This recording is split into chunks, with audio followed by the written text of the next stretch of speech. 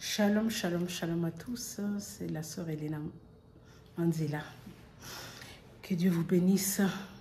Je viens encore parler de la part du Seigneur pour nous exhorter, pour nous raffermir dans la foi, pour nous améliorer, pour que nous puissions continuer à vivre dans la crainte de Dieu.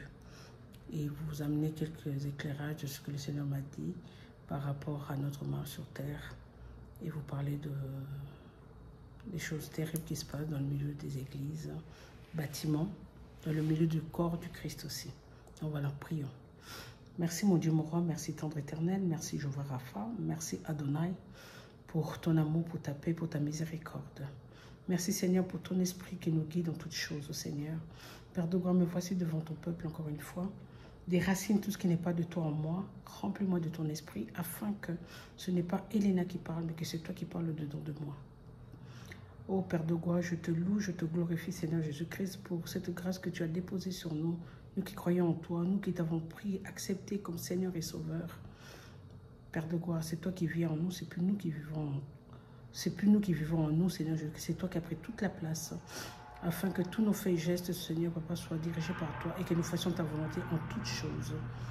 Kolonzambe kinda kinabango la vinka vungulu pimba kiyanga kulu nzinga kwenda vulupamba kanangila kwenda vulupamba kayangila kwitu kuvungulu yiti la zenda tolovenga kulu kututi la makatona makatungulu viki la kenga kwenda vuluziti la yiti la kozenga tuni mimavaka kolokenda kinange kukulu zutula kosenda kiyandiki twiti la pepa kanangila kunu kuvungulu pimila kenga kwenda zutulu yiti la kozela tina kuluvamba kanonga makatota makatuti la vinga kwena vuluzutu luyiti la tota mikangwena vila kenga kwena zudukulu vungulu manga ngwena vulupamba katangila mina tutu lipipila tota mikangwena vuluzutu luyiti la kwena ziti le chiki la kwena vuvutu lupamba kanangila vitila tota nzambi kinda kututu lipipila kenda okolo nzambi kinda kinungulu vugulu shikila bwa nzambi kovolo mimazando la mazandi leziti la mima katota makadungulu zutu la papayenda kitundi la ma konangi la makatota mina viti la mima tata bayandi kituiti kenga kwenda zutu pamba kanangila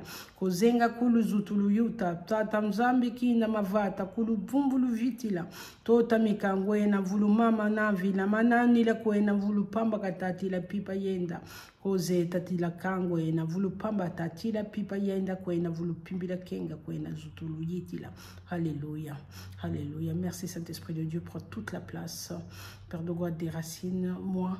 Remplis-moi de toi, Seigneur Jésus-Christ, afin que tout ce que tu as besoin de parler au travers de moi, Seigneur, que tu te manifestes puissamment au nom puissant de ton Saint-Nom, Jésus-Christ de Nazareth. Yehoshua Hamashia, c'est toi le Dieu de toute puissance. Que ton nom soit glorifié. Amen.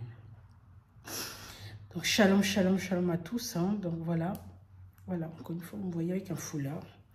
Vous me voyez avec un foulard parce que je me rends compte qu'en fait, malgré tout ce que je suis en train de dire, autour de ces histoires d'accoutrement, les gens se focalisent sur cette apparence. C'est vraiment triste parce qu'il y a tellement de choses à dire, il y a tellement de choses à nous corriger, que les gens qui restent en fait focalisés sur l'apparence, sur cette histoire de foulard sur la tête, de pas de bijoux, je ne sais quoi. Alors du coup, ils n'ont pas le temps de prendre le temps de se soigner leur cœur. Ils n'ont pas le temps de pardonner. Ils n'ont pas le temps d'aller aussi demander pardon.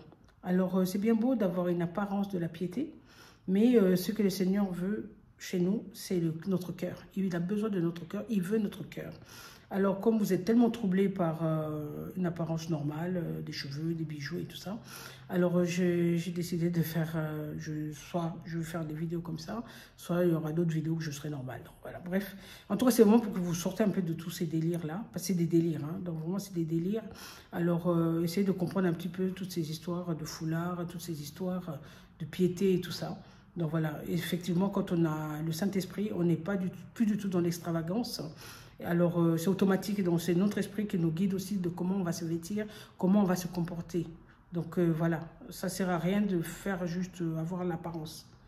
Et voilà. Et tous ces messages sur les bijoux, les foulards et tout ça, faut vraiment, voilà, faut essayer de comprendre c'était quoi le message.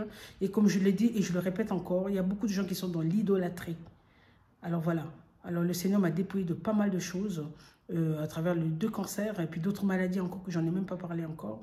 Des témoignages puissants que le Seigneur, par où il m'a fait passer, pas seulement par le cancer. Alors, vous qui êtes tout le temps focalisé sur ces histoires d'images, vraiment, il faut vous calmer et prenez le temps plus de vous focaliser sur votre marche, sur votre cœur et surtout cette histoire de manque de pardon. Donc voilà, c'est bien beau de parler de dépouillement, mais le dépouillement, c'est vraiment pas extérieur, c'est surtout plus intérieur. Donc voilà. Alors oui, et puis le Saint-Esprit nous guide, comment nous conduit, comment nous habiller, comment là où on pose nos pieds, là où on peut aller, là où on ne peut plus aller. Donc c'est comme ça. Donc voilà, ça ne sert à rien de continuer à parler éternellement de ces histoires de foulard. Alors il y a quelqu'un aussi qui m'a écrit un message par rapport à mes sourcils. Hein. Donc j'ai dit, comme j'étais dans le monde, comme j'étais dans le monde, donc j'ai fait des tatouages. Hein. Mon tatouage, il est vraiment raté. Donc voilà, et je ne vais pas enlever mes tatouages non plus, comme vous voyez, j'ai des tatouages. Hein. C'est pas ça qui empêche que je sois un enfant de Dieu. C'est des choses que j'ai fait dans le monde. Le Seigneur savait que j'allais le servir. Alors, mais il l'a laissé, il m'a laissé faire. Et vous n'avez même pas idée dans quelles circonstances j'ai fait ces tatouages. Donc voilà, les désirs de la chair sont contraires aux désirs de l'esprit. Mais quand on n'a pas le Saint-Esprit, nous dit dans 1 Corinthiens 2 que nous sommes des êtres animaux. Donc nous sommes animaux si nous n'avons pas le Saint-Esprit. Donc voilà. Alors il y a des choses que nous faisons quand on n'a pas Christ.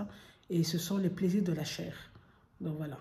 Alors bon, je verrai si j'aurai l'occasion une fois de vous expliquer. J'ai que des roses sur mon corps. Je n'ai pas d'animaux, de dragons, je ne sais quoi. Parce que le but de mes roses, c'est un but très clair. J'en parlerai à l'occasion que le Seigneur permettra. Donc voilà, bref, en tout cas, je ne vais pas enlever mes tatouages parce que, comme je l'ai déjà dit dans une des vidéos, je ne vais pas enlever mes tatouages parce que ça peut me coûter jusqu'à 600 000 balles.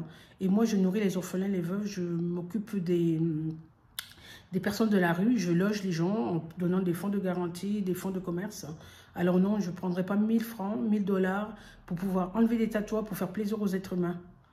Cet argent, j'utilise pour nourrir les pauvres. Donc si vous n'arrivez pas à arriver jusqu'à ça, c'est vraiment grave. Parce que c'est pas normal d'effacer des choses que le Seigneur a permis qu'on fasse dans le passé. Oui, c'est vrai, si j'avais des piercings et tout, j'allais enlever. Mais ça, c'est des tatouages qui sont ancrés dans ma peau. Et il me faut beaucoup d'argent pour l'enlever. Et non, je suis désolée, je préfère nourrir les pauvres. Et l'esprit ne m'amène pas à ça. Et je suis triste pour tous les chrétiens qui enlèvent des tatouages parce que les gens leur ont dit, ou bien ils croient que je ne sais pas quoi, qu'est-ce que ça va leur faire. Donc voilà, ce sont des choses que le Seigneur a permis qu'on fasse pendant qu'on était dans le monde parce qu'il savait qu'on allait le servir. Alors essayez de sortir un petit peu de toutes ces histoires bizarres-là qui vous empêchent de prendre le temps de vous concentrer sur tout ce qui ne va pas chez vous, chez nous, donc dans nos cœurs, dans notre marche, dans notre comportement, dans notre caractère. On a tellement vécu des choses dans le monde, on est devenu voilà, bizarre et on a besoin du Saint-Esprit pour pouvoir sortir de toutes ces bizarreries qu'on a pris sur nous, sur le chemin de vie, quoi. Donc voilà. Alors arrêtez un peu de vous acharner sur ces histoires de foulards, de bijoux, je ne sais quoi. Donc voilà, parce que le Seigneur n'est pas contre toutes ces choses-là, de mettre des bijoux, de bien se coiffer, d'être propre, c'est cela.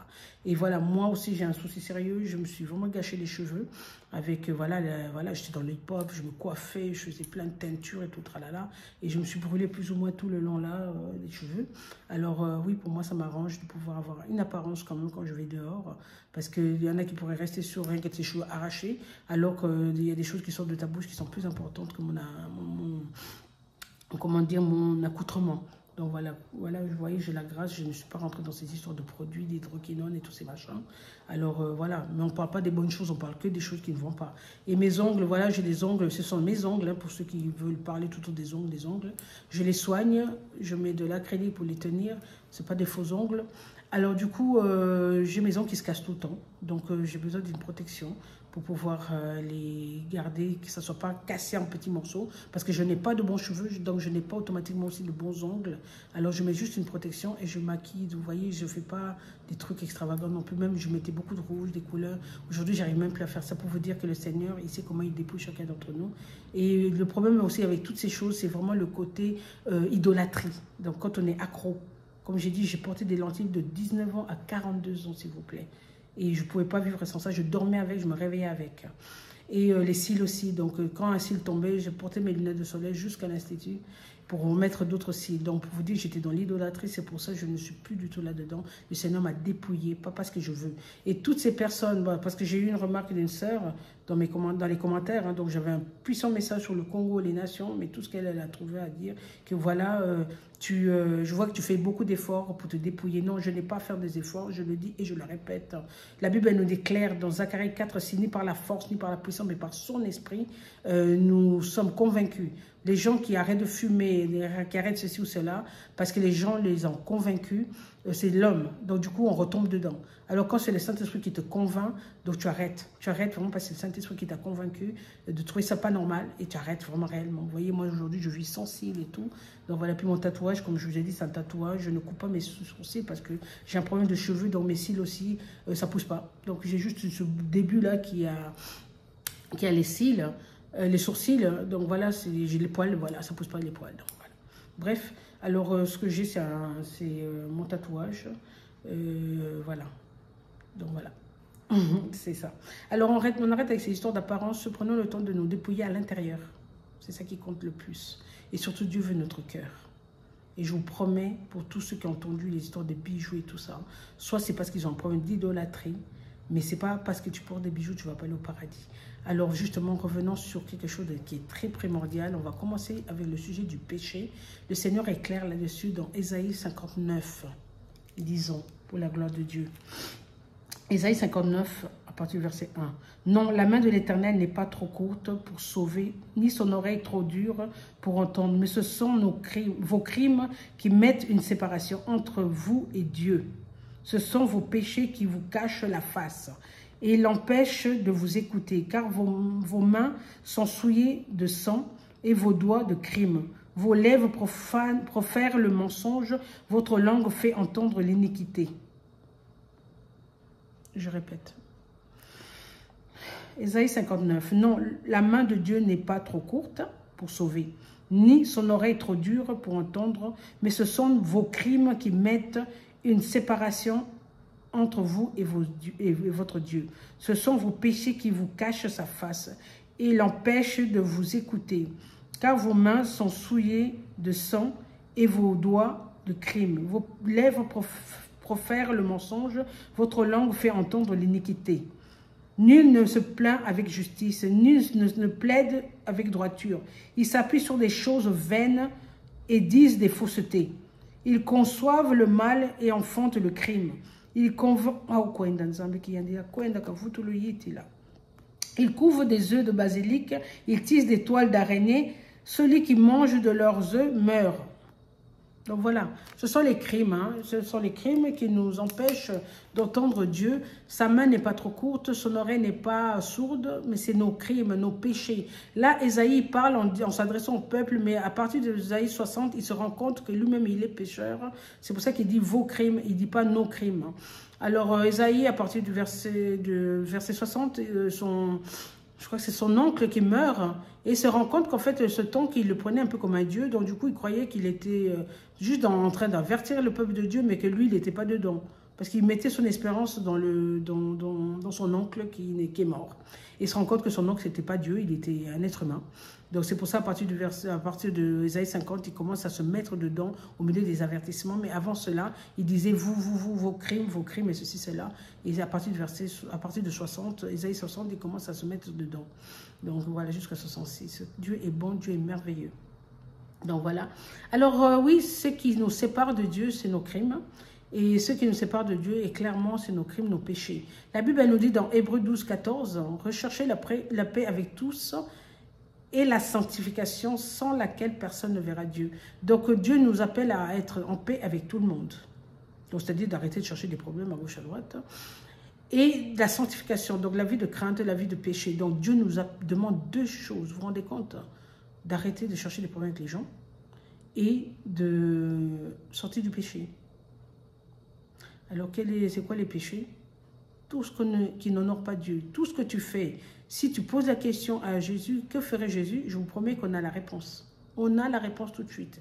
Dans une situation où on veut faire quelque chose, on n'est pas trop convaincu, on ne sait pas trop qu'est-ce qu'on fait, qu'est-ce qu'on doit faire. Si vous vous posez la question, que ferait Jésus? Je vous assure que vous allez savoir qu'est-ce que ferait Jésus dans ces situations-là. Et par là, vous devez savoir qu'est-ce qui est le bien, qu'est-ce qui est le mal. Donc voilà. Alors, pour les frères et sœurs qui m'ont trouvé que voilà, je suis comme une des sœurs, comment ils ont...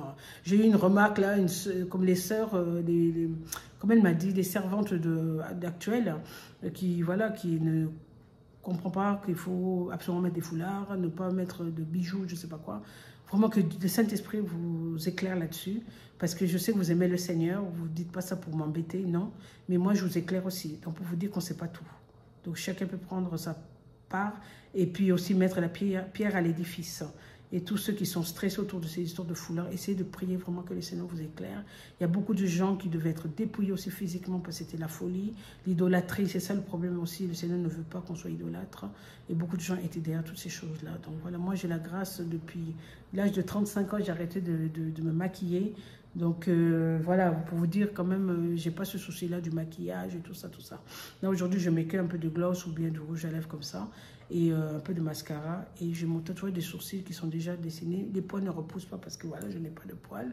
Alors c'est pas du tout que je suis derrière quoi que ce soit. Je me prépare en 5 minutes, habille, maquillage et tout ça. Donc voilà pour vous dire que je suis pas derrière le miroir longtemps. Alors toutes ces histoires, faut vraiment, il y en a qui ont des problèmes parce qu'ils sont idolâtres, mais d'autres ils n'ont pas du tout de problème avec ça. Alors Dieu nous se lève sur nous par rapport à des choses que nous sommes accrochés. Donc voilà. Alors j'avais posé un acte de foi pour mes lentilles. Je ne sais pas si j'en ai parlé dans mon témoignage. Donc, lorsque j'avais un message pour une maman qui avait perdu son enfant de 4 ans, je ne savais pas quoi lui dire. Alors, je lui ai dit, Seigneur, je vais te montrer que je t'aime plus que tout ce que je crois tenir. Hein. Alors, je me suis rendu compte que je tenais vraiment mes lentilles parce que je mettais ça tout naturellement. Je dormais avec, je me réveillais avec depuis l'âge de 19 ans jusqu'à 42 ans. Donc voilà. Alors je me suis rendu compte en me regardant dans le miroir qu'en fait il y a des choses que je n'ai pas encore enlevées, que je me traîne avec depuis. Et c'est comme ça que j'avais enlevé mes lentilles et je ne m'inquiète pas, ça ne me dérange plus. Mes enfants, mon mari ont découvert mes yeux à 42 ans. Mes enfants disaient que maman, il y a un truc qui a changé chez toi, ils n'arrivaient pas à savoir c'est quoi. Et en fait c'était la couleur de mes yeux parce que je mettais des couleurs miel qui faisaient un peu naturel avec mon teint aussi. Alors du coup les enfants ne savaient même pas ce qui avait changé chez leur maman. Vous voyez la gravité, c'est ça l'idolâtrie, c'est pour ça que je dis bien, tout est permis mais tout n'est pas utile, mais d'autres on en fait des dieux. C'est à partir de là qu'il y a un souci. Mais sans ça, non, tout est permis, mais tout n'est pas utile. C'est vrai, il y a beaucoup de choses, ce n'est pas utile. Et aujourd'hui, je n'arrive plus à mettre des Brésiliens sur ma tête. Moi qui mettais des Brésiliennes sur la tête, vraiment, des gens qui m'ont connu, qui me connaissent, vraiment des grosses touffes, hein, vraiment jusqu'à 600, 800 balles de cheveux naturels, des Brésiliens sur la tête, j'arrive plus, ça me gratte aujourd'hui. Mais ça, c'est moi et mon témoignage, je continue à le répéter parce que je vois vraiment des femmes de feu, des femmes de prière, des femmes qui craignent Dieu, qui ont toujours des tissages brésiliens sur leur tête. Dieu ne leur a pas interpellé autour de ça. Alors, comme j'avais dit, oui, ça doit être aussi compliqué pour nous, des femmes de prière, comment on peut mettre des cheveux d'autres êtres humains sur notre tête. Oui, nous, les Africains, on a des problèmes sérieux avec nos cheveux parce qu'on les a maltraités aussi dans la jeunesse et aussi, on n'a pas su comment les gérer. Alors, oui, pour vous dire qu'il y en a d'autres qui ça leur fait rien du tout de mettre des Brésiliens sur la tête et puis d'autres, ben voilà, ben moi comme moi, Dieu n'est pas descendu pour me parler, enlève ses cheveux, je ne sais quoi, non. Alors, voilà.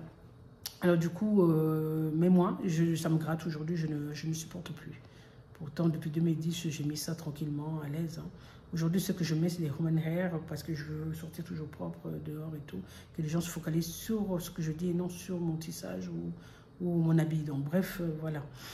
Et non, je n'ai pas jeté mes sacs de Gucci, Louis Vuitton, non, je ne les ai pas jetés, je n'ai pas à les jeter. Dieu m'a fait grâce dans le monde, j'avais beaucoup de choses que je n'ai plus besoin aujourd'hui, je ne rentre plus dans les magasins pour m'acheter quoi que ce soit, parce que ça ne m'intéresse pas. Et j'ai des vêtements dans mon placard qui ont quand même des étiquettes. Vous imaginez au niveau de sorcellerie, comment on arrive à avoir plein de vêtements, des sacs et tout ce qui va avec. On est vraiment, waouh, c'est vraiment la folie. Aujourd'hui, comment rentrer dans une boutique pour acheter quoi que ce soit? Pour moi, c'est devenu vraiment lourd, quoi. Très lourd. Donc voilà, on était des fashion victimes. Bah, aujourd'hui, voilà, j'ai tout. Et oui, le Seigneur savait que j'allais peut-être avoir encore envie de je ne sais pas quoi. Alors il m'a permis d'avoir toutes ces choses pendant que j'étais dans le monde. Parce que j'étais vraiment à fond dans le monde. Dans les vêtements, dans les sacs et tout ce qui va avec. Non, pas montrer, hein, parce que moi je ne suis pas dans ça. J'achète mon sac pour moi, j'achète pas mon sac pour montrer ça à je ne sais qui. Donc voilà. Et puis les vêtements, tout ça. C'est pour ça que vous verrez toujours, j'aurai peut-être des habits que vous allez voir que ce sont des vêtements de qualité. Hein, parce que voilà, j'étais dans le monde, je m'habillais... voilà. Bref, ça c'était pour expliquer cette histoire de l'accoutrement et tout ça. Et pour revenir au péché, donc sachez que Dieu n'exauce pas les pécheurs, on est au clair avec ça. Alors, lisez la Bible pour pouvoir mieux en comprendre encore. Dieu n'exauce pas les péchés. Malgré que tu peux bien vivre, avoir ta Jeep, ta femme, la piscine, tout ce que tu veux, sache que Dieu n'est pas là quand tu vis dans le péché. Soyons clairs avec ça. Et toutes ces femmes, tous ces hommes qui vivent dans la fidélité, sachez que vous aurez votre récompense à un moment donné. Dieu avertit, Dieu parle, Dieu est vraiment avec nous, il nous aime, tout ce que vous voulez, mais il n'est pas dans tout ça, donc voilà. Et le péché dans la fidélité, dans les couples, ça fout le bordel, pas possible. Comme je dis toujours, la maison c'est comme les poutres, c'est la femme, le toit c'est l'homme. Donc quand l'homme n'est pas à sa place, bah, il y a tout qui rentre dedans, la pluie, le vent, le soleil, la neige et tout. Et quand il y a tout ça dans l'appartement, vous imaginez, il neige dans l'appartement. Vous imaginez les dégâts, il neige dans l'appartement. Donc l'homme n'est pas à sa place. La femme c'est la poutre qui doit tenir vraiment la maison, la femme sage qui bâtit sa maison.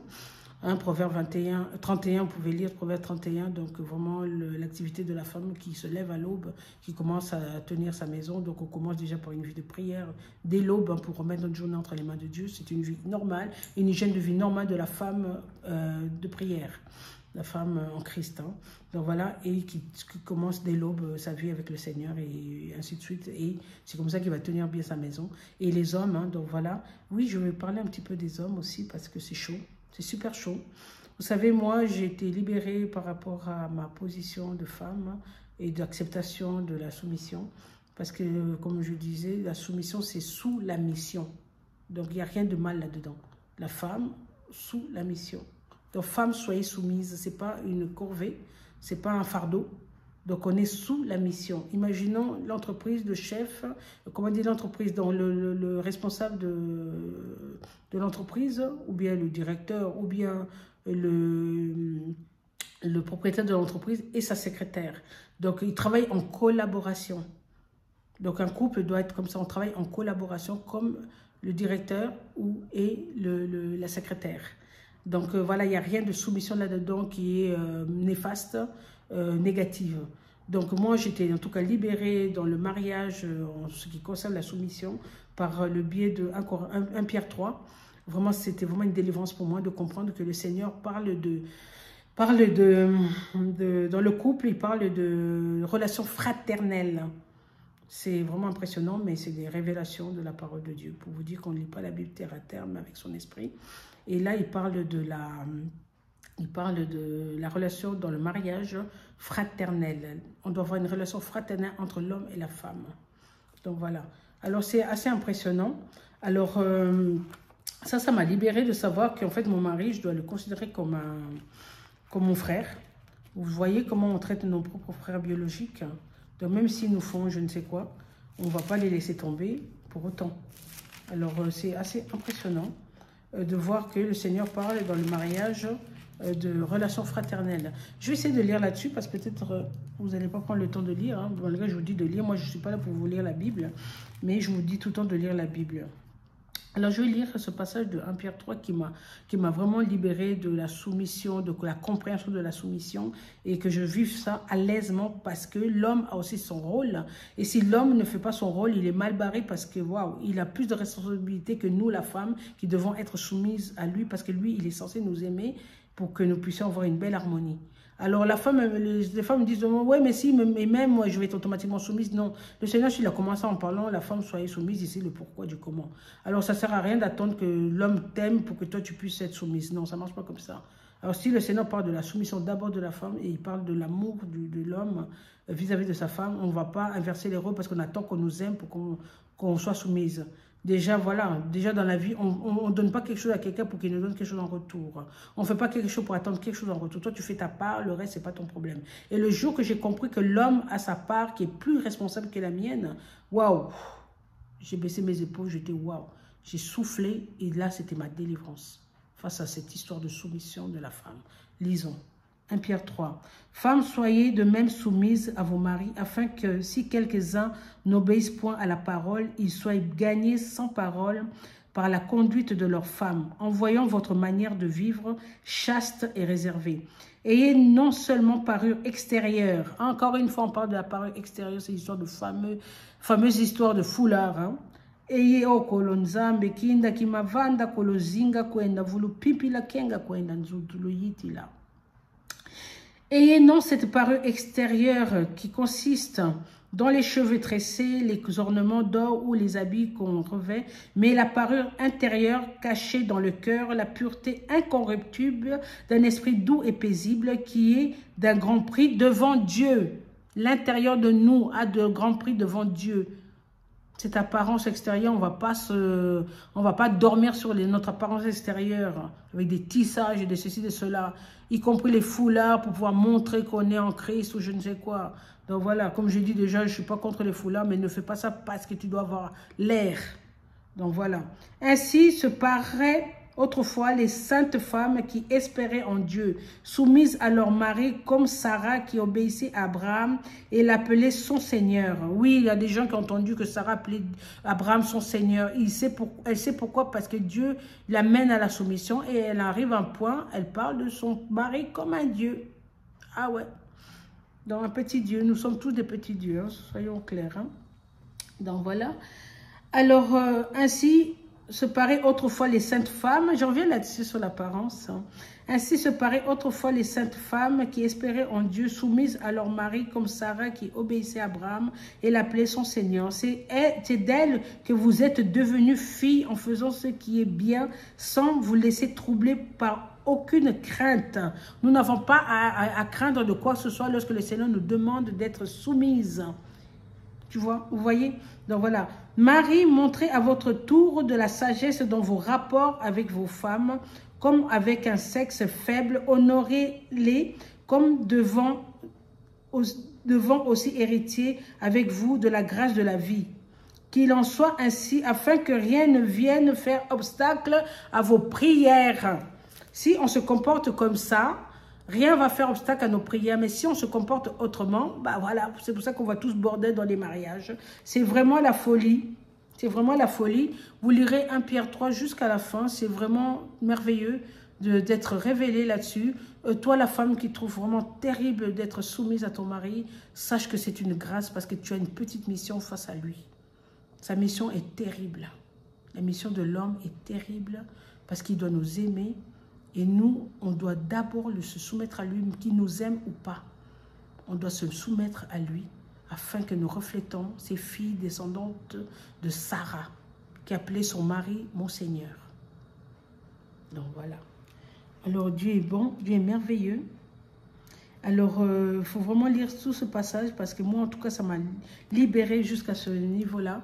Et depuis là, en fait, j'ai retrouvé ma paix parce que je me suis rendu compte que mon mari, il avait une responsabilité qui était plus grande que la mienne. Alors moi, comme je dis toujours, la femme, pour moi, c'est les deux poutres, ce que je comprends dans l'esprit, et l'homme, c'est le toit. Et l'homme, s'il n'est pas à sa place, hein, c'est ouvert, et il y a tout qui rentre dedans. Et vous imaginez le bordel quand l'homme est infidèle. Hein. L'homme est insoumis à la parole de Dieu. L'homme qui est Dieu de loin de Dieu. L'homme, le mari qui est loin de Dieu, et ce que ça crée comme chaos dans la maison. Il y a la maladie qui rentre dans nos enfants. Il y a la maladie qui rentre dans lui-même et dans nous-mêmes, la femme. Et il y a la maladie qui rentre dans nos foyers. Il y a toutes sortes de fléaux, de choses hors du commun. Et toi, la femme, reste à ta place afin que le Seigneur, malgré cela, vous garde, toi et ton mari, qui ne meurent pas.